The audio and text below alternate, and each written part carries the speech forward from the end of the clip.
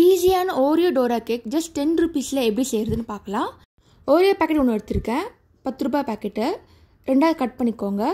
உள்ளே இருக்க க்ரீம் தனியாக வச்சுட்டு மேலே இருக்க குக்கீஸ் தனியாக வச்சுக்கோங்க. நெக்ஸ்ட்டு வந்து குக்கீஸ் நல்லா பிளெண்ட் பண்ண போகிறோம். ஸோ மிக்சியில் போட்டுட்டு 2 ஸ்பூன் சுகர் போடுங்க. நெக்ஸ்ட் நல்லா கிரைண்ட் பண்ணணும், நல்லா பொடியாக வரணும். நான் யூஸ் பண்ணுறது நியூட்ரி ப்ரோ ப்ராடக்ட்.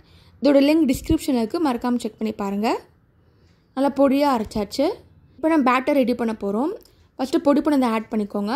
அதுக்கப்புறம் கண்டென்ஸ்டு மில்க், அப்புறம் மில்க் ஆட் பண்ணணும். கொஞ்சம் கொஞ்சமாக ஆட் பண்ணணும், அப்போ தான் கட்டி ஆகாமல் இருக்கும். மாவு கொஞ்சம் திக்காகவே இருக்கட்டும், ரொம்ப தனியாக வேண்டாம். லைட்டாக ஆட் பண்ணதுக்கப்புறமா ஃபைனலாக பேக்கிங் சோடா போடுறோம், கொஞ்சமாக போட்டால் போதும். நெக்ஸ்ட்டு பேன் எடுத்துக்கோங்க. ஹீட் பண்ணதுக்கப்புறமா தோசை சுடுற மாதிரி சுடலாம். நல்லா கல் தோசை மாதிரி நல்லா வரட்டும். நெக்ஸ்ட் நடுவில் க்ரீம் ஸ்டஃப் பண்ண போகிறோம். அதுக்கு நடுவில் இருக்க க்ரீம், கண்டென்ஸ்ட் மில்க், அப்புறம் பால் எல்லாத்தையும் போட்டு மிக்ஸ் பண்ணிக்கலாம். நல்லா கட்டி இல்லாமல் பார்த்துக்கோங்க. இல்லைன்னா நீங்கள் விப்பிங் க்ரீம் கூட யூஸ் பண்ணலாம்.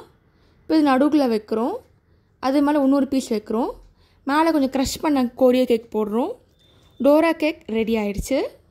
நீங்களும் ட்ரை பண்ணி பார்த்துட்டு எப்படி இருக்குன்னு சொல்லுங்கள். தேங்க்ஸ் ஃபார் வாட்சிங். லைக் பண்ணுங்கள், ஷேர் பண்ணுங்கள், சப்ஸ்கிரைப் பண்ணுங்கள்.